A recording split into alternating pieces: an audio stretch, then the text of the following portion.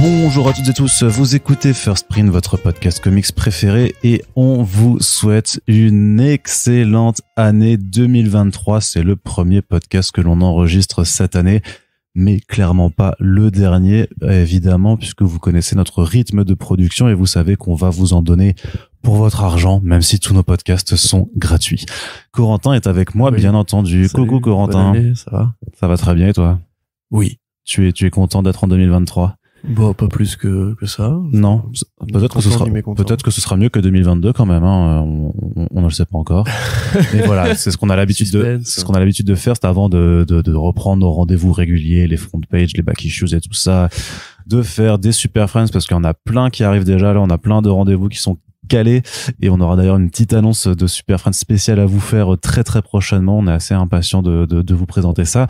Et voilà, et des podcasts thématiques, bien entendu, il y en aura, Corentin. Oh, tu sais. Oh, si, il y en aura. On vous fait un petit peu, non, pas aujourd'hui. Non, en janvier? En janvier? En janvier, oui. C'est vrai? Ouais. C'est sûr. Carrément. Tu t'engages. Aussi, je m'engage autant que j'ai une couronne des rois sur la tête, tu vois. En plus, c'est vrai. Donc, il s'engage. Pour de vrai. Qu'est-ce que je veux dire? Mais voilà, ce qu'on fait d'habitude, c'est toujours un petit épisode, une petite heure et quelques, au début de l'année, pour un peu parler des quelque chose qui nous font envie, nos attentes pour 2023, puisque, bien entendu, cette année, il y aura des comics dans tous les sens. Il y aura aussi pas mal de sorties sur les écrans. Donc, on essaie de faire le point un petit peu sur ce qui nous intéresse. Alors, bien entendu, ce sera pas forcément ultra ordonné, puisqu'on va pas non plus relister des points par point tout ce qui nous attend, puisqu'en fait, on le fait déjà un peu avec les front pages au fil du temps. Donc ça, c'est des choses qu'il faut se rappeler. Mais justement, là, on va en profiter un petit peu juste pour faire le point sur les plus grosses attentes. C'est vrai que par exemple, tu vois, on va parler du programme du label 119. On l'a pas encore abordé dans le front page, mais du coup, on pourra dire qu'on l'attend beaucoup, et puis on pourra revenir sur chacun des titres dans le front page de début d'année, si ça te va, Corentin. Allez. Mais qu'est-ce que tu attends un petit peu déjà du côté des comics en VF? Moi, je commence par un truc, le FIBD. Je suis super chaud.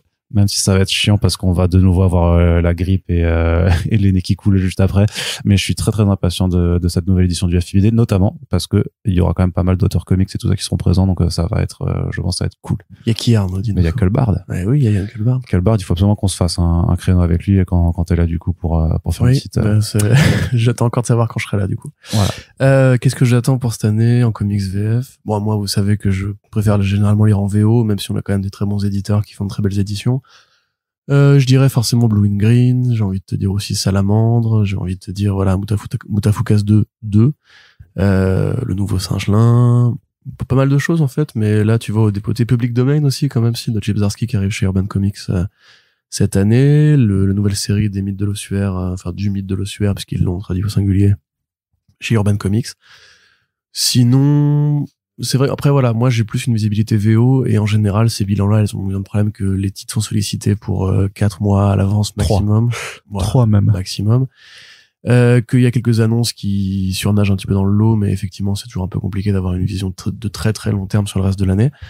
Donc voilà, moi j'attends un petit peu toujours les nouveautés des grands auteurs et des grands artistes que j'aime bien, comme Brubaker par exemple, comme l'émir évidemment. J'aimerais bien voir si Brian Kevon va refaire un peu de créa en dehors de Saga cette année. Quelques petits trucs comme ça. Il en fait techniquement avec Nico et Richon sur Substack, mais il faut voir si ça finira par sortir en physique. J'aimerais bien aussi une édition physique pour le 3W3M de Hickman, peut-être cette année. En VF? En VF ou en VO, un bouquin. En VO, elle existe, mais il faut juste se rendre aux États-Unis pour la prendre. Non, mais elle existe pour $120 pour les abonnés premium. Non, il la vendait à la New York Comic Con pour c'était 20 balles le TPB. Mais il y avait quoi dedans? Il y a le sourcebook d'un côté, puis t'as aussi les numéros, quoi. Okay. Et ils vont continuer d'éditer en fait les différents volumes comme ça, et après sur place tu peux les avoir en convention pour 20 ou $30. Oui, d'accord. Donc si tu vas à la SDCC ou à la NYCC, voilà. Il suffit juste d'aller à la New York Comic Con une fois. 3 000 € de billets d'avion et d'hébergement. Mais pas 3 000 €, yo. Et quand même, frère. C'est une convention, tu es aux États-Unis. Mais moi j'y suis allé, donc je sais combien ça coûte. Ça coûte pas 3 000 €, je te le dis. Donc toi tu y as été parce que t'es un journaliste, tu vois. Vous avez des prix, on le sait tous. Pas sur les billets d'avion ni sur le logement. Mais si, Arnaud, il y a une classe journaliste en plus des business class. J'aimerais bien. Sinon, non, je te dis, mon comics VF, on a déjà pas mal parlé de projets pour l'année. Les derniers jours de Lovecraft, par exemple, qui m'intéresse pas mal en créa, on va dire franco-étrangère. Et puis chez 404 ça, alors juste comme ça, j'ai envie de te dire. Les One Bad Day aussi chez Urban, parce que je trouve que c'était une bonne ligne de projet chez DC Urban. Du côté de Marvel, j'ai du mal à situer ce qui arrive. Il y a le Hulk Grand Design quand même, de Jim Rugg, qui est un très bon projet pour les fans de Hulk. Puis ce qu'on va voir surtout du côté de la VF pour Marvel un peu, c'est, enfin, par rapport à Panini, c'est voir si la stratégie de proposer 2 omnibus par mois continue de payer ou pas, puisque c'est quand même des ah oui, il y a l'Omnibus Miracleman quand même. Oui, t'en as plusieurs qui sont très intéressants. On va dire, t'as le Miracleman, t'as le Ecstatics là en début d'année, t'as les New Avengers de Bendis, t'as les Fantastic Four de Hickman. C'est quand même, enfin voilà, c'est à chaque fois, c'est des. Le problème, c'est que c'est des volumes de choses qui sont très intéressantes, mais qui sont proposées effectivement à un prix qui est prohibitif, d'autant plus que je pense que cette année on va aller en tout cas pour la plupart des lecteurs vers des budgets d'achat en tout cas qui vont aller en diminuant, puisque a priori tous ces problèmes de crise de pouvoir d'achat, d'inflation et tout ça sont sont loin d'être réglés. Et du côté de l'industrie, c'est aussi de voir est-ce que bon, là on sait déjà qu'il y a une première augmentation de prix de nouveau qui a touché notamment Panini en janvier. C'est est-ce qu'en juillet, qui est l'autre période où les éditeurs peuvent ajuster leur prix quand ils sont SNE, c'est est-ce qu'on va avoir aussi une hausse des prix sur tout le reste de l'édition, et juste même de certaines structures éditoriales. On a vu que chez Bliss aussi ça avait augmenté. Moi je sais pas, on en avait parlé avec Comics Initiative, qui pour l'instant avait pas l'air justement d'avoir trop touché ces prix, mais parce que notamment ils produisent en France depuis le début, donc en fait ils n'ont pas forcément été touchés par la hausse des des transports, ne serait-ce que du transport, puisque ça vient c'est beaucoup plus proche. Mais voilà, c'est un peu ça qui moi qui m'inquiète, mais enfin dans lequel je suis quand même assez pas spécifique à Panini du coup. Non, c'est de façon plus générale. C'est de façon. Après, c'est pas spécifique à Panini, mais Panini, ça reste l'éditeur le plus cher. Donc c'est. Oui, mais quand t'es prêt à mettre 80 € pour un omnibus, que tu le payes 80-85, tu vois la différence, c'est subtil. Je pense que c'est plus pour les petites maisons, oui, comme Comics Initiative, comme Vestron, comme qui déjà n'ont pas forcément la chance d'avoir des prix, des offres très accessibles de base, et qui n'ont pas en plus de grosses franchises comme les super-héros, qui restent quand même l'un des principaux pôles d'attraction, excusez-moi, pour les lecteurs de comics, même si j'aimerais que ça change, c'est malheureusement encore le cas. À mon avis, Panini va pas forcément, enfin, ils vont perdre des lecteurs parce que mécaniquement, quand tu augmentes les prix, tu as une perte naturelle des consommateurs, mais je pense que c'est plus le marché en général qui va par contre vivre une année difficile. Et pas que pour le comics, hein, remarque, hein. Moi, je pense que c'est pour toute la BD, niveaux, même le manga, on s'aperçoit déjà, en fait, que l'explosion vraiment fantastique de 2021-2022, enfin que justement elle était déjà en train de s'abaisser un petit peu en 2022, et que en fait l'Eldorado promis, pour moi je le vois vraiment en parallèle avec un peu, tu sais, l'explosion des plateformes et des contenus sur le streaming, qui maintenant en fait est en train de se stabiliser, tu vois. Enfin c'est qu'à un moment ça grossit, puis ça manque d'éclater. Et c'est la bulle de maturité qui du coup va trop loin puis revient en arrière. Mais enfin, c'est différent quand même pour le streaming, parce que là, c'est pas une crise conjoncturelle qui viendrait simplement d'une sorte de bulle spéculative. C'est vraiment en fait juste un problème mécanique de boursicotage sur le papier, et puis aussi effectivement, comme tu dis, une explosion mais comment au début justement où les comics sont arrivés massivement sur le marché avec les offres comme tu sais, pour les prix qu'ils ont lâchés pour Sex Criminals, ou les grosses enveloppes qu'ils ont signées à l'époque. J'ai l'impression que pour le manga, il y a eu ça, mais pour les budgets publicitaires qu'ils ont investis pour faire des campagnes de promo très coûteuses pour des grosses œuvres comme c'était Jujutsu Kaisen, je crois. Non, Kaiju numéro 8. Kaiju numéro 8, merci. Où il y avait cette espèce d'énorme publicité qu'ils avaient mis. Ouais, sur la BNF. Voilà, mais ils l'ont refait pour l'arrivée de Dragon Ball sur ADN. Ouais. Là, ils ont. Ça, je pense que c'est des excès typiques justement de quand une bulle va trop loin et qui vont finir par se tarir à terme. Mais d'une manière générale, en fait, moi, je crains que pour cette année, et particulièrement en France, puisque on fait pas de politique dans ces podcasts, mais le fait est qu'on n'est pas particulièrement soutenu en termes de pouvoir d'achat, parce qu'on a des pouvoirs publics qui ne vont pas forcément se préoccuper de ça. En tout cas, ils ont pas une politique de relance keynésienne, on va dire, pour aider les gens à reconsommer. Et on sait que il y a des problèmes d'emploi en France, il y a des problèmes de salaire en France, etc. Et effectivement, quand tu dois compter les sous à la fin du mois, particulièrement par rapport aux augmentations d'énergie aussi, genre, tu vois, Engie qui a doublé un petit peu ses prix d'une année sur l'autre, sans raison vraiment concrète, c'est à part la crise en Ukraine bien sûr, mais bon, eux ils sont pas producteurs d'énergie, donc c'est vraiment pareil, c'est de la triche entre guillemets. Tu dois forcément faire des choix, et la culture en général et les loisirs, c'est un des premiers trucs qui sautent quand oui, c'est ça, parce que c'est pas une question de survie, tu vois. Se chauffer, se nourrir ou se refroidir l'été, c'est une question de survie. Alors à l'inverse, la lecture, c'est un truc qui est trivial. Et je le vois moi à tous les niveaux parce que vu que je suis pas forcément que dans la bande dessinée, le cinéma aussi se pose de graves questions pour l'été qui arrive par rapport justement à la même problématique de hausse des prix qui va continuer parce que y a pas de raison que ça continue pas. Ou même à la restauration, tu vois, c'est des trucs comme ça où quand t'as moins de budget, bah tu vas moins au resto, tu bouffes plus souvent chez toi, etc., etc. Donc moi, ouais, c'est un truc qui me préoccupe. On est plus exposé dans les comics parce qu'on est un plus petit marché et que déjà, bah il faut toucher une masse critique assez importante de bouquins pour commencer à toucher le premier euro. En fait, simplement, c'est ce qu'on dit à chaque fois. Moi, dans ces cas-là, j'aimerais en fait qu'on demande aux éditeurs de se rationaliser et particulièrement à Panini justement, qui pour moi sort trop de bouquins dans trop de formats, dans trop d'éditions, dans trop de trucs qui sont dispensables. Je répète, pour le truc des Spider-Man de Ditko, par exemple, je trouve ça indispensable. Il y a plein d'omnibus, là, l'omnibus Heroes Reborn, je trouve qu'il est, encore une fois, c'est peut-être que mes goûts personnels, hein, je sais pas. Ah là, c'est complètement tes goûts personnels parce voilà, que bon, quand tu vois les réactions sur certains sites, sur certains réseaux sociaux et tout ça, ben, justement, par rapport au Mighty Marvel dont tu parles, donc, une réédition des premiers épisodes de Spider-Man depuis le début, donc, en trimestriel, je crois que c'est 7,99, un truc comme ça, 8 euros, 9 euros, en kiosque, notamment. En fait, il y a des gens, enfin, alors est-ce qu'ils sont majoritaires, je sais pas, mais il y a quand même en fait il y a un public derrière parce qu'il y a des gens qui disent ah oui vraiment c'est le format idéal pour ouais, mais il y a toujours un public. Ce que je te dis, c'est qu'il faut faire des choix en fait, des choix rationnels, des choix conscients. Mais justement, je pense que ça c'est les choix rationnels. Moi, je pense que non. Je pense que c'est vraiment juste une tentative de capitaliser sur un petit marché qui existe, mais que Panini n'a pas besoin de faire ça et que justement le truc c'est qu'il y a plus d'offres, il y a plus vraiment d'offres BD comics en kiosque, non, mais c'est littéralement, donc c'est pas ça qui va sauver le kiosque, c'est de la nostalgie, ça en l'occurrence. C'est pas ça qui va remettre les gens dans l'idée de lire tous les mois le comics de la série VO adapté en VF qui sort. Enfin, c'est pour moi, oui, c'est du kiosque dans les faits. Mais comme tu vois, tu peux pas te dire effectivement que acheter un sandwich de temps en temps avant de prendre un train, c'est de la grande restauration, tu vois, c'est pas pareil. C'est pas comme ça que t'intéresses les gens à la bouffe, tu vois. Enfin. Non, mais ce que je veux dire, c'est que ça permet quand même à une offre d'exister. Sinon, il y en a juste pas. Oui, mais c'est pas oui, mais là, du coup, tu te bats pour la survie d'un truc qui est mort pour des raisons logiques, en fait. C'est le kiosque qui est mort parce qu'il y avait pas assez de lecteurs de kiosque. Là, en l'occurrence, ce qu'on fait, c'est qu'on trouve une façon d'intéresser les gens au kiosque par la nostalgie, par le côté premium de la BD un peu historique, patrimoine et compagnie, mais ça va pas sauver le kiosque, ça va rien faire du tout, en fait. Mais oui, mais c'est peut-être pas le but, c'est pas forcément de sauver le kiosque, c'est peut-être juste de réattirer les gens après dans la librairie pour lire d'autres Spider-Man, par exemple. Je sais pas. Dans cet exemple particulier, quoi. Bah, bref, je pense pas que ce parent puisse besoin, entre guillemets, de le faire, et encore une fois, qu'il faut se poser ces questions-là de, quelle somme tu dépenses pour ce papier, comment tu pourrais l'utiliser, et comment tu pourrais justement endiguer, les hausses de prix simplement en faisant des commandes moins importantes, qui sont des économies d'échelle, de trade-off, etc. Et à mon avis, je pense sincèrement que eux n'ont pas compris encore qu'il fallait justement revenir en arrière par rapport à cette diversification des formats, ce côté il nous faut une collection must-have, une collection à petit prix, une collection omnibus, l'espèce de, comment ça s'appelle aussi, c'est la collection qui te met beaucoup de pages pour un prix un peu réduit. Les Epic Collection. Voilà, par exemple.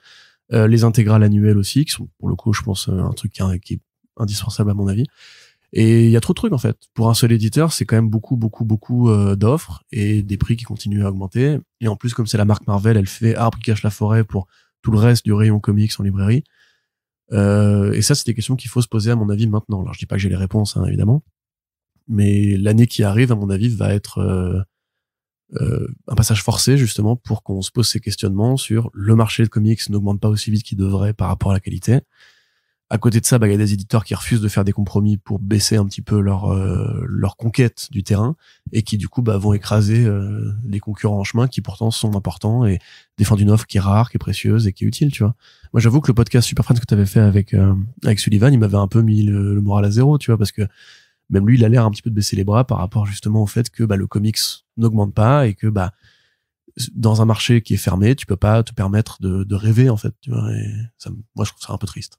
Bah oui, après tout dépend un peu de ta position et effectivement parce que enfin je sais pas, mais il y a peut-être parce que l'année était pas forcément la meilleure année pour iComics de ce point de vue-là, mais une année avant, t'avais le gros succès de The Savage Shores, de We Only Find Them When They're Dead. Donc en fait, ça dépend aussi du nombre de bouquins. Là, effectivement, les indés, les indés en France, on sait que c'est compliqué, mais on en reparlera dans le prochain front page. Mais dans le classement des 40 meilleures ventes quand même de 2022, t'as quand même du coup Everything et We Live qui ont réussi à sortir du lot, ou les Lifestars. Donc c'est-à-dire que t'as quand même des titres qui arrivent à percer et à trouver et à rencontrer un certain succès. Même Saga Tom dit ça a vraiment bien marché aussi.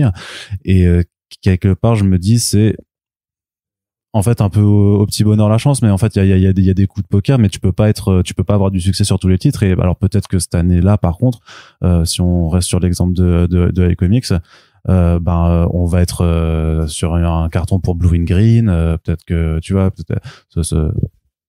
franchement, c'est vu le succès de The Savage Shores, s'il y a un bon retour, si le bouche à oreille fonctionne et que les libraires le mettent bien en avant, ça peut vraiment être une réussite il faut l'espérer après. Parce que c'est un vrai putain de bouquin, tu vois. Donc oui, mais graphiquement.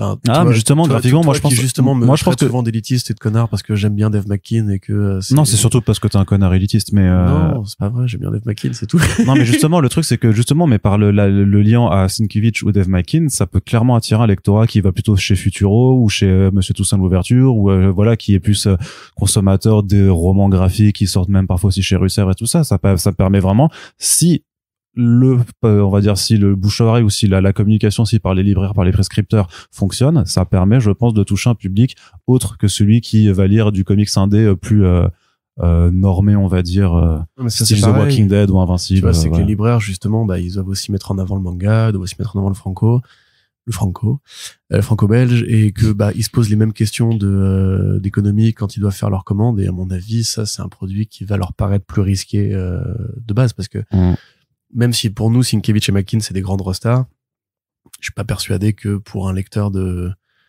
qu'est-ce qui serait grand public en BD aujourd'hui, Astérix, à part ça, je sais pas, Arnaud, un grand succès franco-belge moderne, aide-moi. Non. D'accord. Vous voyez qu'on est des vrais experts. Les vieux fourneaux, non, mais t'as les vieux fourneaux. Les vieux fourneaux. Pour un fan des vieux fourneaux, le style McKean et le style, en fait, ça, la Anderka et Justin Pearson, John Pearson. John Pearson, ouais. John Pearson, ouais. Je crois. Voilà. Après, moi, j'espère, et on le défendra à nous dans les podcasts et on dira pourquoi c'est bien. Parce que dans la BD, parce que dans la BD franco-belge, il y a aussi plein d'artistes qui ont aussi une approche atypique du dessin, qui sont plus dans le figuratif et donc sur lesquels tu peux te retrouver aussi. Et je pense que c'est vraiment une question de mise en place aussi dans la librairie, quoi. Dans l'abstrait, tu veux dire? Ouais, abstrait, ouais, pardon. Figuratif, c'est l'inverse de l'abstrait. Pardon, du coup, je veux dire abstrait, oui. Merci. Et du coup, c'est ce que je veux dire, c'est que en fonction de comment tu le mets en place aussi dans ton rayonnage, c'est forcément si tu mets là pour l'exemple précis, si tu mets Blue and Green à côté du Epic Collection Spider-Man, oui, non, ça ne marchera pas. Si tu le mets à côté d'autres romans graphiques avec un trait un peu plus bizarre, un peu plus des choses comme ça, je pense que tu peux le faire. Et c'est ça qu'ils ont d'ailleurs qui aussi un problème même dans les rayonnages en fait dans certaines librairies, c'est qu'en fait justement le rayon comics il est pas travaillé, c'est-à-dire que tout est mis en vrac. Et donc non seulement tu t'y perds un petit peu, mais en plus tu ne sais pas à quoi correspondent ces choses-là. Et je sais qu'il y a des alors je sais plus si c'est d'ailleurs je crois que c'était Urban qui en avait édité des supports que tu mets dans les rayons en fait avec le registre en fait de BD genre science-fiction, horreur, machin. Et juste ça permet d'indiquer en fait dans la librairie même qu'en fait que ces registres-là existent au sein de la bande dessinée américaine. Ouais, bien sûr, ouais. Et ça paraît trop con en fait quand tu le dis comme ça, mais en fait quand tu vas dans certaines librairies, dans certains espaces culturels machin, tu t'aperçois qu'effectivement il n'y a pas du tout d'effort de présentation. C'est juste on te met tout dans un truc. Il y a même des Fnac où il y a plus en fait, tu sais, cette PLV où ils posent les comics en. Après Fnac, je trouve que ça mine de rien. Fnac, je trouve que ça va quand je vais la Fnac de Saint-Émilion, la dernière fois que j'y suis allé, vraiment, t'avais l'ancienne PLV qui était dédiée aux comics. Maintenant, c'est un côté, l'autre côté, c'est du manga, tu vois. Oui, alors par contre, j'ai vu pas mal de librairies ou d'anciennes où par contre, clairement, le rayon comics a été réduit de moitié pour tu peux pas leur en vouloir, ça vend moins. Oui, mais non, mais ça c'est une logique. Les commerçants, ils ont intérêt à mettre en avant ce qu'ils vendent, etc. Mais dans ce cas-là, autant bannir le rayon comics, tu vois. Enfin.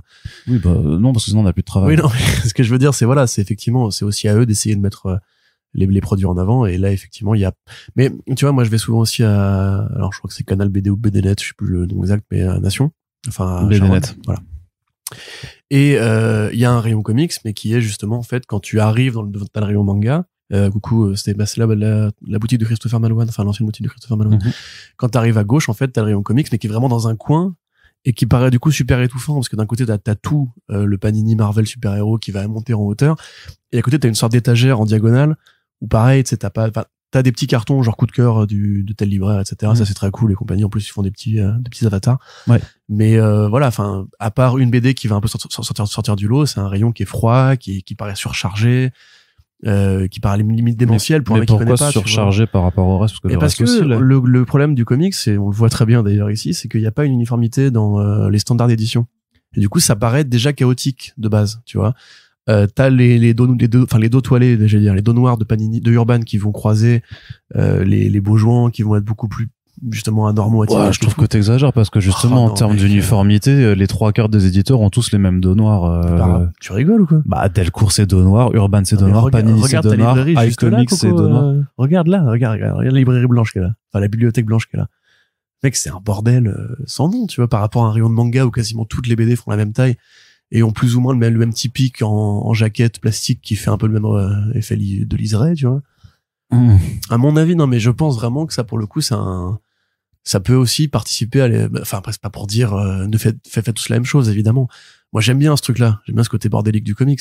Mais par contre, je pense que pour un mec qui rentre, franchement, dans ce rayonnage-là, ça peut aussi être confusant, tu vois, parce qu'il y a pas ce côté, c'est un genre, tu vois, le comics. Là, c'est plus une sorte de grand chaos, de grande jungle où si t'es pas éduqué, tu sais pas vers quoi aller, tu vois. Et dans les thématiques débattues habituellement aussi, c'est collection petit prix versus du coup Urban Nomade qui était donc l'équivalent mais plus pérenne en fait, plus long terme de ces collections à petit prix. On a la deuxième vague de titres Urban qui arrive avec notamment l'arrivée de le dernier Rome. Il y aura forcément une vague 3 j'imagine à l'été ou en mai, je sais plus quand c'est qu'ils doivent l'annoncer. Et en face, on a Panini qui continuera. Donc cette année, ce sera une première collection petit prix qui a été annoncée sur les super-héroïnes. Ouais.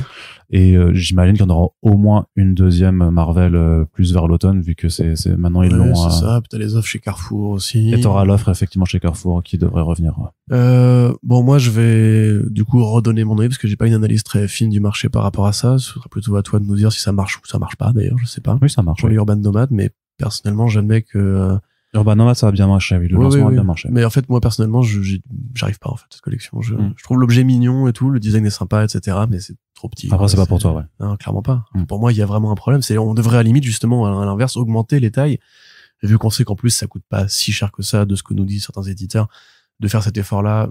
Ce que disait justement 404, c'est que pour justifier la hausse des prix, ils préfèrent en fait augmenter les standards pour que ça ait l'air d'être un truc qui vaille ce prix-là. À l'inverse, après moi, tout ce qui tire les prix vers le bas et qui pourrait faire produit d'appel, ça me va aussi. Là, pour les super-héroïnes, je trouve ça cool que Panini ait un peu réduit la voilure, tu vois, parce qu'il y a que 6 tomes. J'imagine que c'est aussi pas des questions de très pragmatiques de coût de production, parce que vu le nombre d'albums qu'il faut tirer justement pour faire du chiffre avec ces ventes qui sont fortes, du coup, parce que c'est le petit prix est effectivement l'argument de vente. Mais je pense qu'en termes de prod, en fait, s'ils continuent à en faire 10, j'imagine qu'à un moment, même en termes de rentabilité, ils y arrivent pas, quoi. Là, sur le thème des héroïnes, je peux te poser aussi la question du marketing croisé, parce qu'il n'y a pas eu tant de produits avec des super-héroïnes que ça. Si, il y a quand même d'autres séries. Ça, je par contre, parce que beaucoup de gens leur ont fait du coup, parce qu'il y avait un procès d'intention qui était, mais logique, c'était de dire, ah ouais, du coup, là, vous faites une collection sur la super-héroïne, et du coup, vous en faites que 6. Alors qu'en fait, c'est juste que maintenant, ça passe à 6 au lieu de 10, mais du coup, il y avait quand même de gens qui avaient tout de suite ce réflexe de dire, ah, mais du coup, vous auriez pas assez de... C'est une question de marketing croisé. C'est quelles héroïnes tu peux mettre en avant grâce à Marvel Studios et aux produits qui ont déjà été adaptés au cinéma ou en série télé. Il y en a... Et en l'occurrence, toutes les héroïnes de la liste. T'en as d'autres encore, non? T'as la guêpe, mais bon, est-ce que t'as envie de parier sur la guêpe pour une grosse rentabilité? Non, effectivement. Mais bref, après, c'est pas grave, c'était juste une réflexion à la con. Donc oui, voilà, moi je trouve ça bien parce que dans la mesure où même pragmatiquement, en fait, ça peut aussi le fameux effet délétère dont on parle les indés par rapport à ce petit prix qui Black Cat, tu pouvais faire un tome sur Black Cat et là pour le coup avec une couverture de J. Scott Campbell, ça marchait de ouf. Oui, clairement. Probablement. Ils auraient dû faire ça. Mary Jane aussi. Allô Panini. Tu pouvais faire un truc sur Mary Jane, facile. Mary Jane, il y a déjà des offres petit prix. Spider-Man Lost Mary Jane chez. Après, ouais, mais ça c'est du Marvel. Next Gen, c'est encore différent. Ah bah oui, mais donc mais cette offre-là existe aussi, tu vois ce que je veux dire. Mais donc ouais, voilà, ça pourrait, l'éventuel effet destructeur pour le marché qu'ont ces albums selon les indés et les concurrents, du coup se restreint naturellement et peut aussi permettre encore une fois à de jeunes entrants et entrantes ou de nouveaux entrants et entrantes de mettre un pied dans l'univers comics. et éventuellement découvrir des signatures qui sont déjà bien implantées, parce que là c'est quand même du Bendis, du Slott, du Aaron, voilà, enfin c'est des grands auteurs que tu peux après facilement retrouver avec une recherche Google, et trouver des BD qui font sur du plus long terme, donc éventuellement si ça peut peut-être par magie ou par miracle convertir des lecteurs, des lectrices. Puis Kelly Thompson, Kelly Sue DeConnick et J. Willow Wilson, quelque part, il y a même j'ai pas cité les 3 scénaristes féminines. Non mais voilà, au moins il y a une parité du coup. Tout à fait, ouais. Et pareil, de bonnes scénaristes aussi au demeurant. Donc ouais, enfin moi je suis pas contre en fait en général, simplement c'est juste que je me rends pas compte en tant qu'éditeur de BD plus dangereux, enfin plus fragile, à quel point c'est effectivement une mauvaise idée pour eux. Mais à mon sens, je crois vraiment que plus les gens lisent de comics et plus ils ont envie de lire des comics, plus ça va leur faire acheter des comics à terme, et que ces offres-là, ça reste la meilleure façon de prendre par la main une personne qui n'a pas envie de dépenser 20 balles pour une aventure en 6 numéros. Et ça, de fait, j'attends encore qu'on m'explique pourquoi c'est pas vrai. D'accord. Je vais te confronter à Xavier Gilbert, alors. Non, mais j'ai écouté votre émission. D'ailleurs, coucou Xavier qui nous écoute parfois, mais je suis d'accord, c'est pas des carottes, des tomates, des patates, et le poids, et le rapport poids-prix est pas forcément toujours le même, mais putain, ça coûte cher de lire du comics en France, et pour un temps de lecture équivalent, si tu peux l'avoir moins cher, tu prends moins cher. C'est juste le réflexe normal d'un humain naturel, tu vois. Enfin, où tu vas dans une Non, mais tout le monde n'a pas accès à une bibliothèque qui a un rayon fourni en nouveautés comics, parce que cette solution-là aussi, elle a une réalité géographique. Nous, on est à Paris, il y a les grandes villes qui ont des grandes bibliothèques. Et je viens d'un village. Dans un petit coin. Non, mais qui s'appelle Je viens d'un village. Non, mais Corentin, je viens d'un village qui s'appelle Vandenheim, en Alsace. On avait une médiathèque. J'ai lu tout Walking, enfin pas tout Walking Dead, mais tout Walking Dead de l'époque était sorti. J'ai lu tout Sin City. Il y avait énormément il y avait quand même beaucoup de choses. Toi, t'as un cas particulier, quand même. T'as été élevé sans la télé, sans le jeu vidéo, tes parents t'ont mis dans les bouquins très... Non, mais c'est pas un scud, hein. Tes parents t'ont mis dans les bouquins très jeunes, tu vois ce que je veux dire. Il faut aussi amorcer déjà ce réflexe de aller à la bibliothèque, ce qui n'est pas forcément un truc qui est... Je sais pas si ça se perd en termes générationnels, mais aujourd'hui, les gamins, ils ont des écrans, ils ont des consoles. Tu vas prendre le réflexe de se dire, je vais aller découvrir les comics à ma médiathèque. Est-ce que c'est vraiment encore si implanté que ça, tu vois? C'est notre rôle aussi de dire que ça existe et d'en parler, de mettre ça, de mettre ça en avant. Après, c'est vrai que nous, c'est pas des gens c'est pas des gamins qui nous écoutent. Tu vois, c'est moi, avant d'arriver à Paris, enfin, j'ai grandi à Ivry, on avait une bibliothèque aussi, on y allait souvent. Mais à Nantes, par exemple, je sais même pas s'il y a Bougnay-les-Quais, il y a une bibliothèque. Si. J'en sais rien du tout. Je sais qu'à Rezé, il y en a une, ça c'est sûr. Et c'est là où j'ai fait mon lycée, il y avait le CDI, il y a pas de comics au CDI pour le coup. Le CDI, c'était bien aussi, il y avait découvert tout Donjon et Beck et tout au CDI. Voilà, dans les CDI, mettez des comics, les gars. Si vous êtes... Mais il y en a qui le font, hein, ça par contre, c'est fait. Directeur de lycée ou de collège, mettez tout Walking Dead.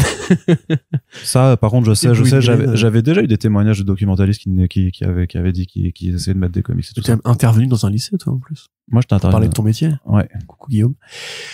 Du coup, ouais, voilà. Je pense qu'en tout cas, il y a, mais c'est très général, tu vois, c'est des trucs de rapport racine et compagnie. Voilà, c'est comment est-ce qu'on réintéresse les gens à lire de la BD. Et il y a aussi comprendre la valeur de la somme BD, tu vois, parce qu'effectivement, la réflexion de Xavier, elle est pas idiote, mais dans un monde où, encore une fois, tu dois toujours mesurer un peu le poids de tes achats. 20 balles pour un 6 numéros, je trouve encore, moi, effectivement, que c'est un peu cher. Ouais, très bien.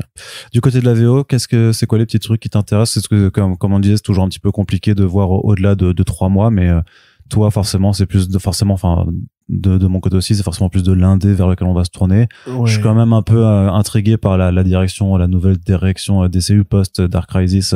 C'est l'année de Dawn of DC, là, en plus. Ouais, c'est ça, c'est le DC Universe. Il y a pas mal de nouveautés qui ont l'air plutôt sympathiques. Déjà, il y a la suite du Superman de Tom Taylor qui va se faire en mini-série. Ça, on le savait entre guillemets, mais c'est cool de voir que ça continue. Enfin, que cette saga n'a pas été tuée par le Go Broke. le fameux. Excusez-moi, pardon. Moi, qu'est-ce que j'attends? J'attends le retour de Geoff Jones sur la JSA. J'attends quoi? J'attends les nouvelles séries Green Lantern quand même. Je trouve ça intéressant justement qu'ils aient piqué l'idée à Marvel de couper en deux l'identité. Comme Captain America avec Sam Wilson, Steve Rogers, là en faisant du Hal Jordan et du John Stewart. La nouvelle série Shazam quand même, Mark Waid, Dan Mora, c'est quand même lourd. Je suis pas le plus grand fan de Mark Waid, vous l'aurez compris au bout d'un moment je pense, mais c'est quand même un bon scénariste. Dan Mora c'est un très bon dessinateur, et là justement c'est pour revenir à une identité plus légère, plus joyeuse, plus enfantine, comme ce qu'avait fait Jeff Parker, comme ce qu'avait fait Grant Morrison. et renoncer un peu à la lecture Geoff Johnissienne, justement, de ce héros beaucoup plus sombre, beaucoup plus ado torturé. Ça, c'est quand même plutôt cool. J'attends aussi beaucoup plus du Black Label mécaniquement, parce que c'est moi ce qui me fait bouffer généralement chez DC en ce moment. J'ai pas d'exemple en tête là de série. Il y a Danger Street qui a commencé déjà, de Tom King qui va continuer en Black Label, voilà, c'est très évident. J'aimerais bien voir ce que Williamson pourra refaire en Black Label maintenant qu'il est un peu j'allais dire il a les mains libres, il a pas du tout les mains libres parce qu'il fait 40 séries pour nos DC, mais les Rogues par exemple, je trouve ça génial, tu vois. Pour moi c'est son meilleur taf, loin devant Dark Crisis et The Flash et tout ce qu'il a fait justement en DC classique. Rogues qui sort ce mois-ci en VF d'ailleurs. Ouais, tout à fait. Bon, on en reparlera dans un Back Issues et c'est vraiment très bien. Si vous aimez DC mais que vous en avez un peu marre justement des trucs plus classiques, plus mainstream. Qu'est-ce qu'on attend pour cette année chez DC à part ça? Il y a Cyborg qui revient. Youhou, je suis content. Non, en vrai, il y a The Brave and the Bold qui revient et qui a l'air de refaire un propos anthologique à la Legends of the Dark Knight dans d'autres fois, avec quand même, voilà, Mitch Gerads, Guillaume Marsh, Hardman, Rob Williams, Don Mora encore une fois. Donc, on va encore une fois bien bouffer en Batman cette année. Ouais. Comme d'hab. Le Pingouin de Tom King aussi. Voilà, après, ça, c'est un peu statique, je trouve, en ce moment, les Big Two. Marvel, il y a plus grand chose qui m'excite, par exemple, tu vois. Marvel, ce qui est chiant, c'est qu'ils sont vraiment dans leur mécanique d'event sur event sur event. Ouais. Et je trouve que c'est fatigant, en fait. Moi, je trouve que ça masque, en fait, même les runs normaux. Tu vois, c'est à force, on parle quasiment que des events. Au point d'oublier qu'il y a quand même des très bons runs, tu vois. Genre, les Eternals de Gillen, c'était très bien. Bon, le Black Panther de John Ridley, j'avais commencé, j'ai pas été Sax, mais bon, ça va s'arrêter de toute façon. Il y a toujours Donny Cates qui bosse bien, tu vois. Bon, il y a quand même un truc qui m'excite, enfin, pas qui m'excite, là, c'est parce ça a déjà commencé, enfin, on est en plein dedans en VO et ça va se finir ce printemps, c'est quand même la conclusion du run de Aaron. Oui. Et de voir, du coup, surtout après, qui va reprendre les Avengers. Ils ont déjà teasé un peu leur The Avengers, qui sera, je sais pas, enfin, on sait pas ce que ce sera, quoi. Mais il y a quand même, donc voilà, la fin de cette grande épopée, sachant que moi, autant j'ai détesté les 3/4 du run d'Aaron, autant je trouve vraiment que tout son délire sur le multivers et toute la préparation à Avengers Assemble, c'est fun. Mais après, parce que moi, je suis un niqué du multivers. Donc, tout ce qui est version alternative de personnages, ça me fait gaulerie, quoi. Donc, c'est ça aussi, je pense. Moi, c'est que pendant quelques années, toutes les séries un peu resta comme ça m'ont passablement agacé. Genre, c'est vrai que Spider-Man, moi, par Nick Spencer, ça m'a très, très, très vite saoulé. J'ai essayé de reprendre là avec le nouveau run, mais bon, voilà. Avec Zabwold. Il y a un petit problème pour moi. Il y a un problème général, en fait, dans ce qu'on met dans cette série, en termes de renouveau. Parce que déjà, on prend un artiste qui n'est pas un renouveau et on prend un scénariste qui n'est pas non plus un renouveau. En fait, c'est là, en fait, c'est vraiment statique, tu vois. Non, statique, c'est chez Milestone. Oui, enfin, c'est vraiment figé, si tu préfères. Arnaud. Après, voilà, il y a Doctor Strange qui revient quand même avec Jed MacKay. Voilà, Jed MacKay, pour moi, un scénariste qui incarne plutôt le présent, ou l'avenir de Marvel que des mecs comme Zeb Wells ou comment s'appelait l'autre là, genre. Bref, j'ai oublié son nom, désolé, excusez-moi. Ou Jim Zub, voilà, tu vois, comme Jim Zub ou Zeb Wells. Ça fait longtemps qu'il a rien fait chez Marvel, Jim Zub. Ouais, tu sais, c'est ces mecs, en fait, qu'on met un peu partout quand on a plus de roue de secours, en fait, pour remplacer. Même Aaron, en vrai, en mainstream, ça a fait son temps, quoi. Enfin, là, il a dit qu'il allait prendre une pause des ongoing, de toute façon. Parce que le Punisher est très bien. Pour le coup, là, c'est un truc que je lis avec plaisir régulièrement. Le Daredevil de Zdarsky qui va continuer.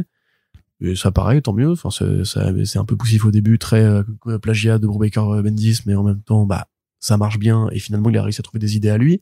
La relation avec Elektra, que je trouve géniale, par exemple. Donc ouais, ça va continuer. C'est quand même une année où on va avoir la nouvelle série Planète des Singes chez Marvel, Arnaud Kikou. Oui, c'est vrai. Et oui. C'est Alley Wing en plus, mec. Alley Wing et un autre dessinateur qui a déjà fait la Planète des Singes. Pareil, tu vois, même ça. C'est les mecs qui récupèrent la Planète des Singes, ils prennent un scénariste qu'on a déjà fait et un dessinateur qu'on a déjà fait et ils prennent Salvador Larroca pour faire les couvertures. Tu te dis, waouh, mais enfin, vous vous en foutez de ces franchises. Predator qui va pareil à faire en fait une mécanique de une série par an.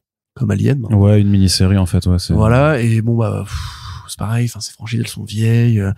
Où est passé Warhammer, par exemple? Il y avait un vrai truc à faire avec Warhammer, un univers partagé de soldats et tout, une vraie épopée, l'adaptation de le Résident russe. Ils ont fait 2 séries et puis s'en va, alors. J'imagine que ça a pas aussi bien vendu qu'Alien, hein, évidemment. Et pourtant, en France, ça a pas trop mal marché aussi, hein. Peut-être qu'on a un marché qui est plus intéressé par les bizarreries britanniques que nos copains ricains, je ne sais pas.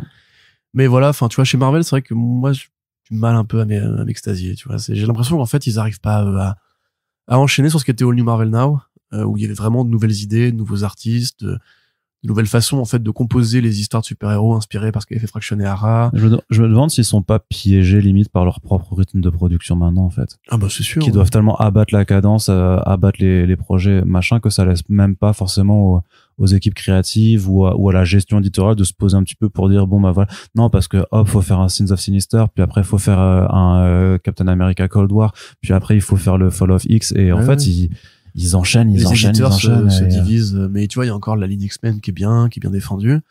On a parfois des petits projets comme Non-Stop, Spider-Man, tu vois, qui pareil évoque un petit peu ce côté. Non mais ce que je veux dire c'est, rappelle-toi justement après Hawkeye, Free Fall.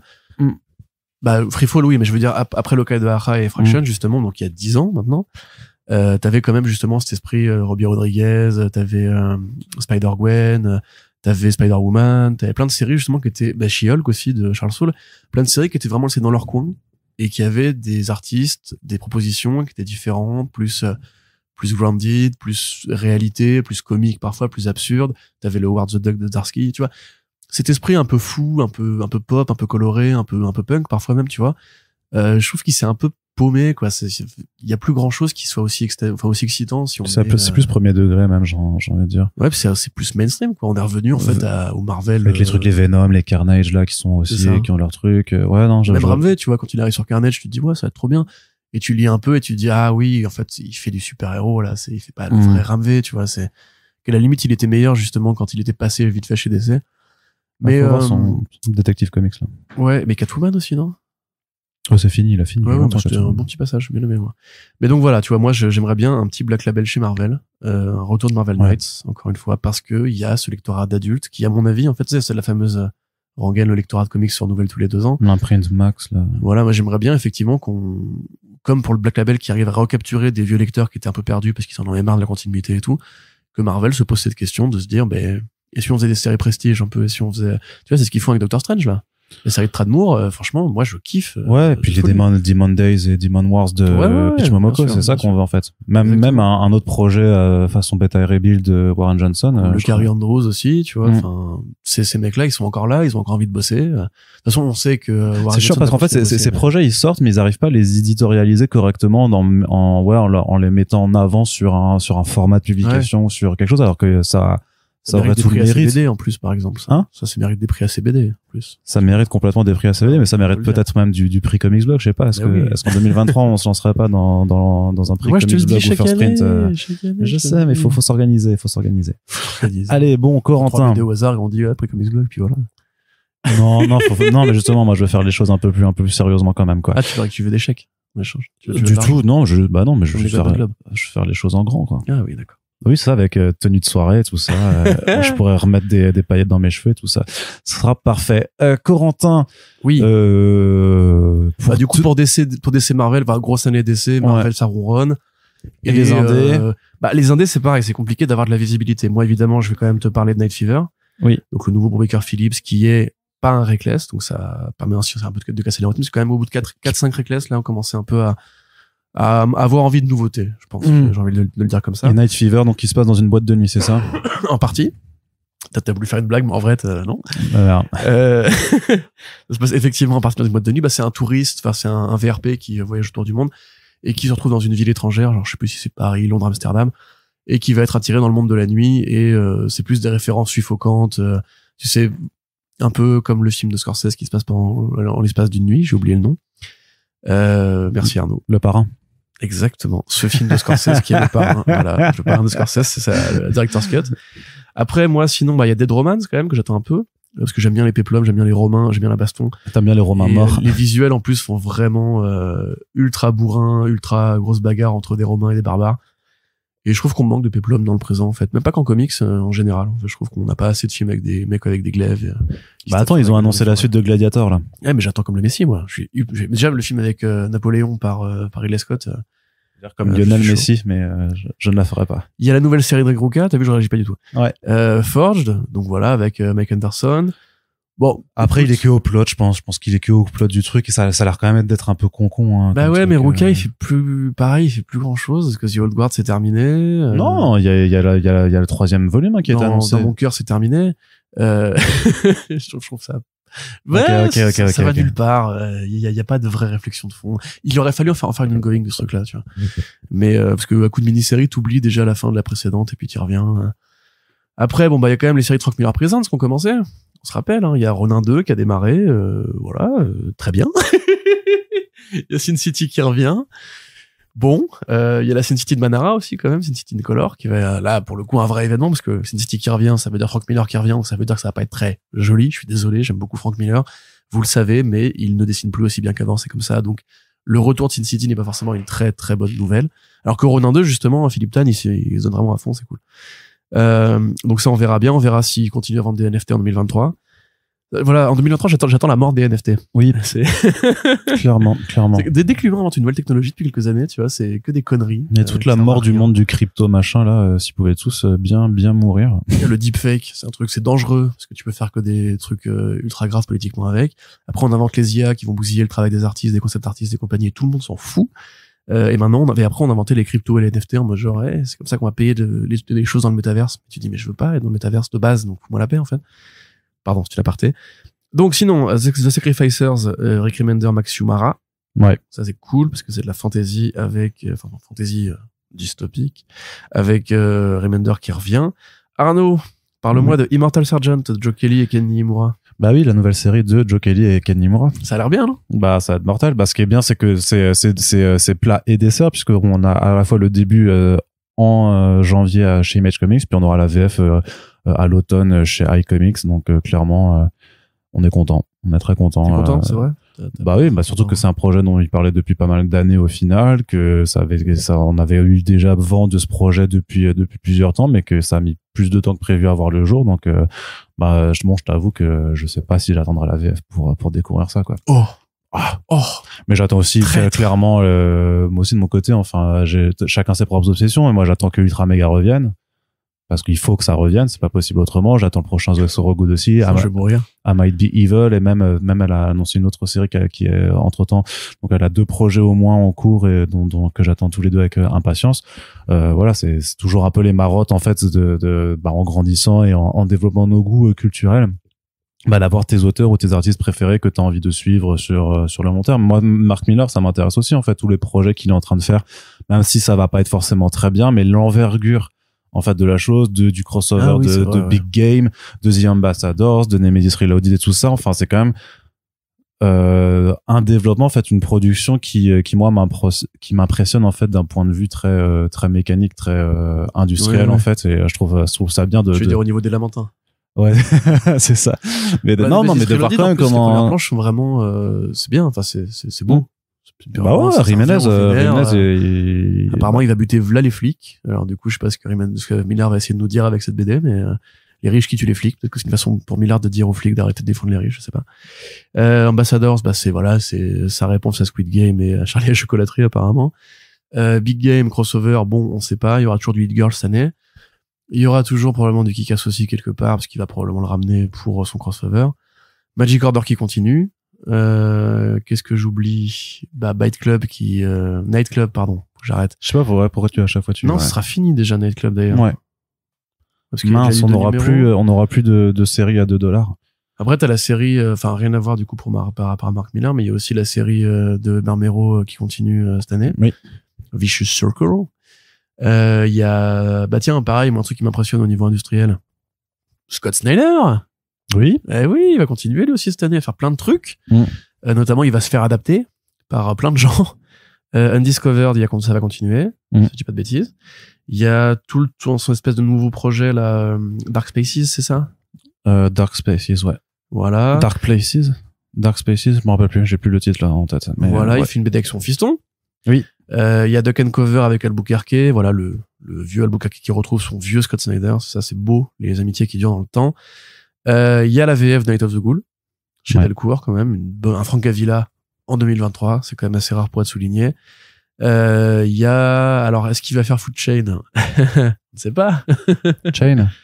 Oui, enfin Chain, oui, Food Chain, voilà. Moi j'attends aussi la suite de la vie de Zack Snyder, non je rigole. Donc voilà, sinon il y a quand même toujours un petit peu des trucs par-ci par-là chez Image, il y a pas mal de nouveautés qu'on avait répertoriées surtout par écrit, mais rien qu'à l'air vraiment encore de secouer un petit peu. Tu vois, c'est à part voilà, c'est pas Phantom Road, si, Phantom Road de Jeff Lemire et Gabriel Walter Hernandez. Hernandez Volta plutôt. À part ça, tu vois, des grosses nouveautés indé qui auraient été annoncées, qui ont l'air d'amener du nouveau chez Image par exemple. Là, c'est un peu compliqué à situer pour l'instant. Je sais pas ce que t'en penses. Je pense que je suis aussi curieux de voir si Valiant va mourir ou pas cette année. Ouais. Parce que ça fait quand même plusieurs mois maintenant qu'ils sont vraiment à un rythme de un single issues par mois.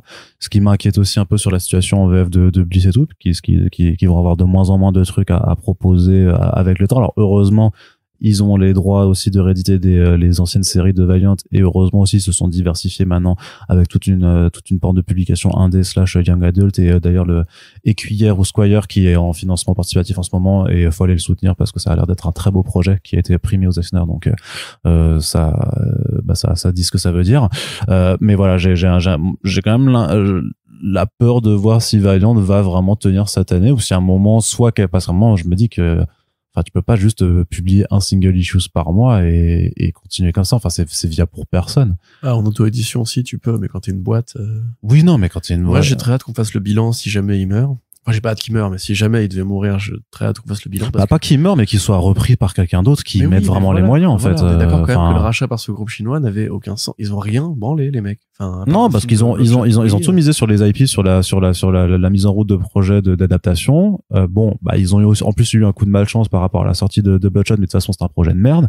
Et en fait, à partir du moment où de toute façon ça n'a pas marché. Même dans un monde sans Covid, il aurait pas marché. Enfin, oui, bien sûr. Arrête de se mentir, c'est... Ah, je me mens pas.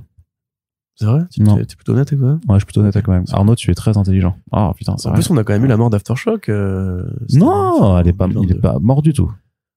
La banqueroute. La mise sous tutelle financière, en espérant que, mais ils ont annoncé des titres pour mars-avril, donc, l'exposé de contrats très délictueux. Mais bref, pour l'instant, ils sont pas encore ça pour dire que, oui, mais bon, c'est qu'il est pour mieux sauter, quoi. À moins qu'il se fasse racheter. Mais, quelqu'un veut bien éponger les dettes de 80 millions. C'est 80 ou 100 millions, je sais plus. Mais non, c'est beaucoup moins. Ouais. C'est 10. C'est 10. Ça va, 10. 10 millions, ça se rembourse facile. Mais oui, le mois dernier d'ailleurs. Oui. Attends, 3 semaines de boulot et hop, c'est fait. Ah, c'est ça. Tu traverses Tipeee, d'ailleurs, merci les gars. Tu traverses la rue et puis c'est bon. Exactement. Non mais voilà, enfin, ça nous montre quand même que le marché est fragile, qu'il y a des éditeurs qui s'endettent pour produire des adaptations, comme IDW à l'époque. Et que, oui, il y a plein d'éditeurs qui vont continuer. Il y a plein de gens qui se sont lancés, tu vois, comme Ahoy, par exemple, j'aimerais bien savoir où ils en sont. Parce qu'ils font un peu moins de bruit depuis quelques temps. Ils ont toujours Mark Russell, ils ont toujours Jamal Eagle plutôt même. Ils ont toujours quelques titres par-ci par-là qui sont intéressants, mais tu vois, t'as pas l'impression qu'il y a une sorte de vague 2, tu vois, de deuxième période où ils arrêtent d'être juste un tout petit qui fait des petits coups par-ci par-là avec quelques bons projets. Tu vois, Aiwa, par exemple, a réussi plus vite pour moi à transformer l'essai. C'est Aiwa, ça y est, maintenant c'est implanté, ils ont des contrats, ils ont des contrats Hollywood, ils ont des gros noms régulièrement. J'aimerais bien la suite de l'univers de Résistance d'ailleurs. Mais par exemple, Ahoy, tu vois, ça reste encore assez discret, quoi. TKO, on n'a plus beaucoup de nouvelles, hein. TKO, ouais. Enfin, TKO, plutôt, même. TKO, ouais. TKO, voilà, les derniers projets, je sais même pas te les citer, tu vois. Alors, comme ils ont attaqué avec Garcenis, Jeff Lemire, et depuis, c'est un peu plus discret, quoi, encore une fois, donc on verra bien. D'ailleurs, en parlant de Garcenis, on aura sûrement le Fury Max, enfin la suite de Fury Max cette année, ou Punisher Get Fury, comme ils l'appellent. Donc j'ai grand hâte. C'était une aparté, encore une fois. Mais sinon, voilà, tu vois, le marché indé, pareil, où il y a eu une sorte de petite bulle, de petit boom, on va dire, il y a quelques années. On en parlait régulièrement à l'époque, on disait, c'est pas un peu risqué quand même d'arriver sur un marché qui est déjà saturé. Et là, je pense qu'effectivement, le temps avançant, le prix de papier n'aidant pas, et le pouvoir d'achat aux États-Unis, en France étant ce qu'il est-ce qu'on aura, encore une fois, pas une mauvaise surprise cette année de voir des boîtes qui vont fermer, quoi. Onipress, ça va bien encore, là, ou... on n'a pas trop de nouvelles, mais ils continuent de sortir des trucs, ouais. Ok, voilà, écoutez, mettons qu'il y en a qui ont le code crédit illimité. Après, il y a aussi plein de trucs qu'on ne cite pas dans ces podcasts, que sont les trucs comme Drone & Quarterly, ou aide-moi Arnaud, d'où vient déjà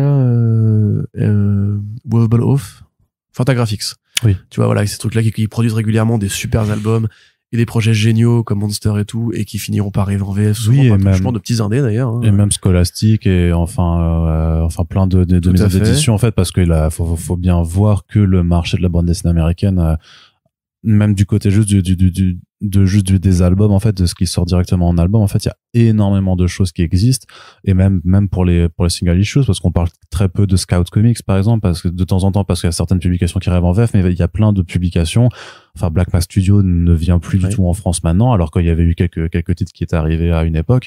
Et voilà, et c'est pas qu'elles n'existent pas, mais c'est aussi qu'il faut qu'on se concentre aussi sur des choses dont on sait que des gens peuvent les lire aussi, parce que si on commence à parler que de parce que moi j'en lis du Fantagraphics, hein, mais je sais pas si ça va intéresser. C'est ça, c'est qu'on est obligé aussi d'ajuster aussi les choix des choses qu'on va parler en fonction du nombre de. C'est comme quand moi je fais des news, quand il y a Scout Comics qui annonce une nouvelle série en VO, je n'ai aucun intérêt, même si ça m'intéresse, mais je n'ai aucun intérêt, si c'est pas un nom vraiment que je sais connu en France, à rédiger dessus, parce que c'est du coup là c'est vraiment créer un article pour rien, qui ne sera lu par quasiment personne. Et autant parfois je peux le faire pour des séries Aiwa où je sais que de toute façon ça intéressera personne non plus, mais parce que ça va arriver, mais parce que Aiwa, parce que Aiwa, il y a des titres qui arrivent en France quand même, donc ça commence à être identifié, et du coup même les gens en VF peuvent se dire tiens ça j'aimerais bien que ça arrive en VF après. Mais c'est vrai que pour d'autres, même votre comics, tu vois, on relaye pas toutes leurs actualités. C'est ce que j'allais dire. Votre comics, pareil, ils ont pas annoncé un gros programme pour l'année prochaine. Si, ils font toujours leur teasing avec plein de noms qui sont intéressants. Votre comics, c'est pas un problème. Après, ils ont une stratégie de communication qui est un petit peu plus discrète, mais ils le font souvent quand même. Bad ID. Qu'est-ce qu'on n'a pas eu de nouvelles, là? Bad ID, moi, j'ai envoyé un mail aux dernières nouvelles, ils vendaient des offres d'emploi pour $1000, je crois. Non, un article de Bleeding Cool qui était sorti là-dessus. Non, ce qu'ils ont fait, c'est que dans leur Kickstarter qu'ils avaient lancé à New York, en fait, dans le pledge management que tu pouvais faire sur Kickstarter, ils proposaient de revendre les affiches qu'il fallait transporter à la New York Comic Con, les stop signs, les panneaux que tu devais te balader. Et ils vendaient aussi une fausse télé, enfin, une figurine de télévision, mais pour $400. Et par contre, ils ont fait des versions The Hero Trade avec des couvertures de Rob Liefeld, et notamment certaines signées, et qui vendaient là aussi à des prix qui étaient complètement exorbitants. Et autant, et il y avait aussi par contre, ce qui m'a fait marrer, c'était leur t-shirt. Il y avait un t-shirt I Almost Stopped by the ID qui m'a fait marrer, mais pareil, le prix il était quand même à $50, je crois. Et en fait, alors, autant j'adore un peu leur truc, et de toute façon j'avais vraiment l'interview que j'avais faite avec Dinesh, elle était vraiment super cool, et leur production par contre il y a vraiment des trucs qui sont ultra stylés. Autant je t'avoue que parfois dans leur délire un peu de dépenser votre thune pour n'importe quoi, là peut-être que ça allait un petit peu trop loin. Mais je confirme, j'ai l'article de Bleeding Cool sous les yeux, ça m'étonne que tu l'aies pas vu. Ils ont dans leur newsletter dit vous pouvez postuler pour 5 postes chez Bad ID, remplissez votre nom, votre adresse mail et votre numéro de téléphone, et mettez-nous $1000. Ouais, mais ça c'est vraiment mais c'est $1000 ou plus. C'est du troll, c'est leur troll, c'est leur technique de... après ça se tente, tu peux pas bosser chez Bad ID? Attends, toi qui es fan de leur méthode, tu pourrais enfin lire ces putins de comics. C'est surtout ça, ouais. Moi, j'aimerais surtout que Dinesh y réponde à mes mails quand je lui en envoie, mais bon. Moi, s'il faut payer $1000 pour avoir accès à tout le catalogue, non. J'ai pas les moyens non plus, faut pas déconner. Mais voilà, donc Bad ID continuera peut-être d'exister l'année prochaine, ou va peut-être encore mourir pour ressusciter. Oui, non, mais eux, ils continuent d'exister parce ils ont un attrait, justement, c'est ce qui est rare et précieux, et eux, ils jouent complètement là-dessus. Ils ont quand même des créatifs de ouf. Clairement, ils ont des thunes derrière avec j'imagine des pieds dans je sais pas quelle industrie pour financer les projets. Donc, c'est des gens qui sont malins, en fait, qui ont mené ça. Donc, j'ai vraiment pas trop, je me fais absolument pas d'inquiétude, là-dessus, quoi. Donc, ok. Enfin, c'est pas comme s'il fallait que je m'inquiète, mais voilà. Mais après, c'est toujours intéressant parce que c'est quand même, moi, je m'intéresse aussi, tu sais, à l'évolution des différents formats de publication, comme Substack, comme l'autre plateforme, Zestpress, je crois. Non, Zestpress, c'est Zestworld, c'est Zestworld, en fait, qui accueillait notamment les trucs de Amanda Conner et Jimmy Palmiotti, et t'as notamment le Blood Tree de Peter J. Tomasi qui arrive chez Image Comics. Donc, c'est-à-dire qu'ils ont aussi commencé finalement à publier en format physique les choses qu'ils proposaient sur cette plateforme. Une plateforme qui voulait se proposer comme le concurrent de Substack, et qui, au final, le temps qu'elle se mette réellement en place, arrive au moment où Substack elle-même, en fait, a dû licencier plein de gens et un peu revu ses plans à la baisse. Et tu vois que au final tout ce qui était dessus va de toute façon finir par sortir en physique, à part le Three Moons qui ne sort pas chez un éditeur plus régulier. tout le reste, ça va chez Image, ça va chez Dark Horse, ça va chez ça fait comme ça. Bah, t'as Tinyon qui ramène ses trucs chez Dark Horse. Là, ils ont annoncé aussi le Clear de Manapool et Snyder chez Dark Horse. Ouais. Pour février. Après ça, c'est Comixology original, c'est pas Substack. Oui, t'as raison, oui, tout à fait.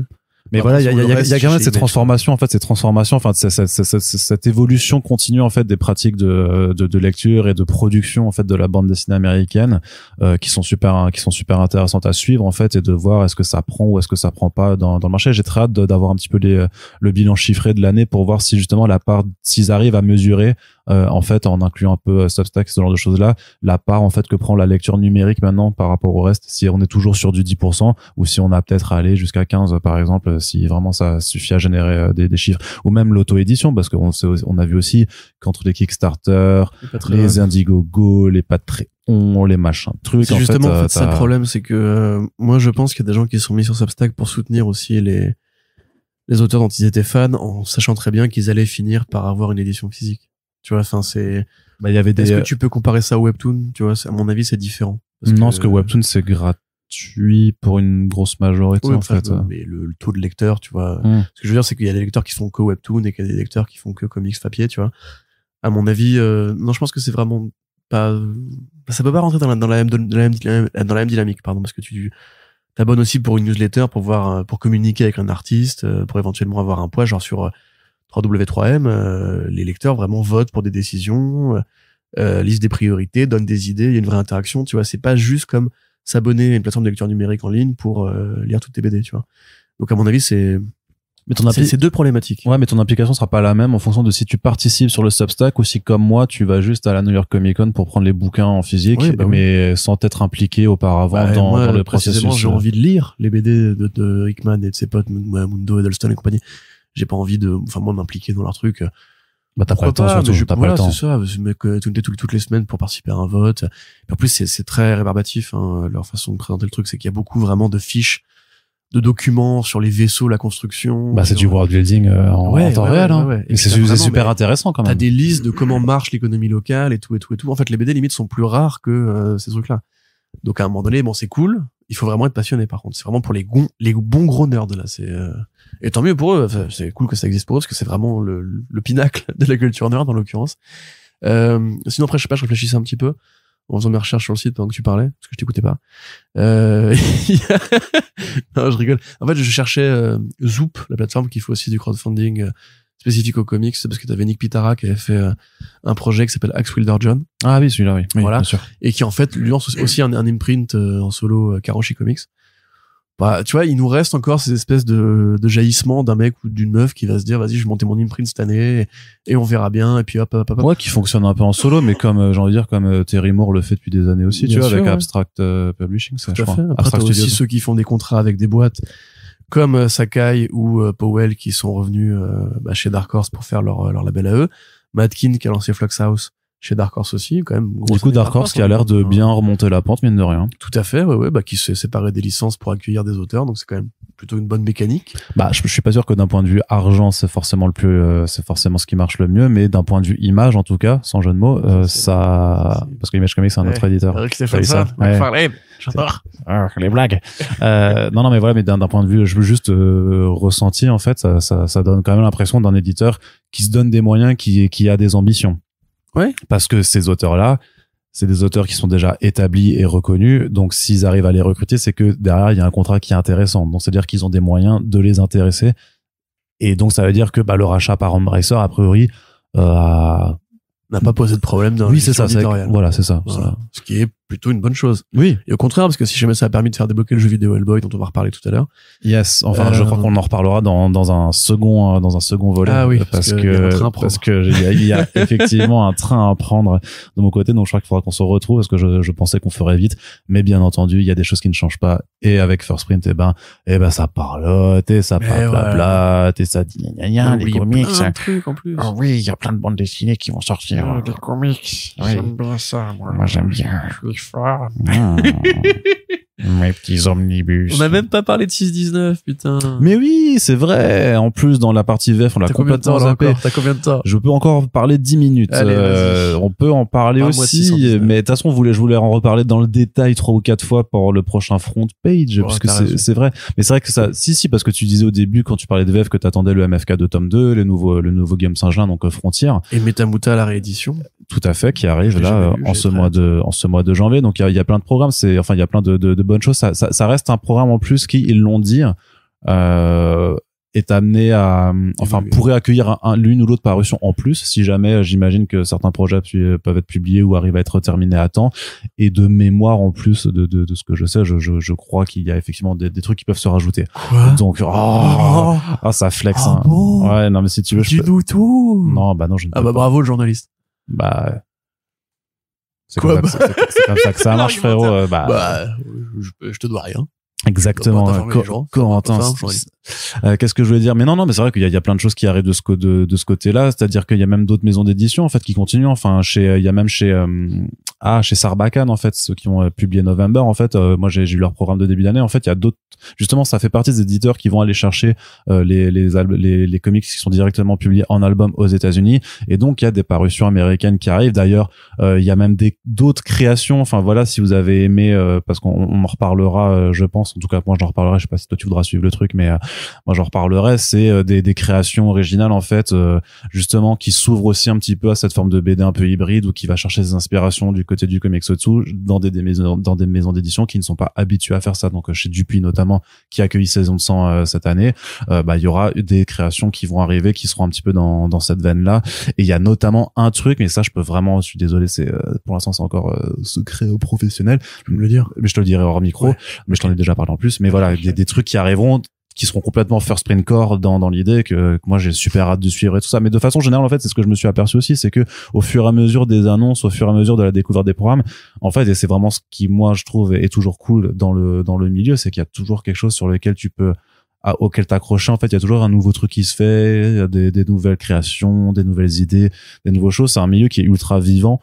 Je trouve que pour les gens hyperactifs et qui ont besoin d'être excités du bulbe en permanence comme moi, c'est super. Bien sûr. C'est super les excitant. Nouveaux comics Conan le barbare, La planète des singes, voilà. Y a non, mais justement en dehors, mais en dehors de ça, justement, trop du cul. Je sais, trop du cul, c'est une vanne. C'était pas drôle. Si, t'as rigolé. Non. Tu viens de faire avec ton rire bizarre. Oui, c'est vrai. Voilà. Très très bien. Et du coup, des bonnes BD surtout et des initiatives éditoriales intéressantes. Ouais, c'est ça qu'on veut. Ne lâchez rien, les amis. Rappelez-vous, nous sommes une petite communauté, mais une communauté active de passionnés et qui lâchons beaucoup trop de fric dans ce loisir. Arnaud. Oui. On se fait la suite du programme quand tu rentres de ton exil. De mon exil strasbourgeois, effectivement, c'est ça. Donc pour celles et ceux qui ne le savent pas, c'était mon anniversaire en ce début d'année. Du coup, vous ne l'avez pas tous souhaité, mais c'est pas grave, je ne vous en veux pas. Vous pouvez faire vos dons au compte PayPal dans la description de ce podcast. Mais non, je solidarise de ce qu'il vient d'être dit. Je déconne. Non, mais par contre, oui, c'est ça, c'est que, en fait, là, juste pour le contexte, j'ai un train à prendre. Donc, on continuera la suite de ce podcast avec donc toutes les adaptations qui arrivent l'année prochaine.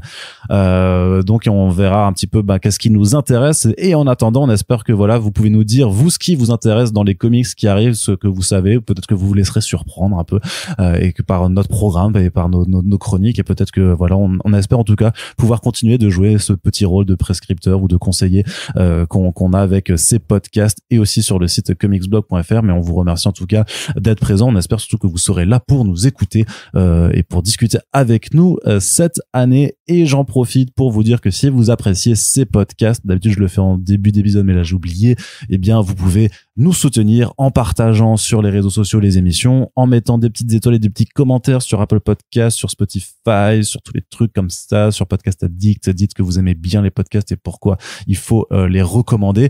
Et également sur notre plateforme Tipeee, vous pouvez nous soutenir pour qu'on puisse voir l'avenir de façon sereine et pérenne. Et on remercie les derniers contributeurs qui sont notamment Mengela, Jean-Christophe, Triptyque, Surge et Émile, voilà, qui sont venus renforcer les rangs des tipeurs en ce début d'année.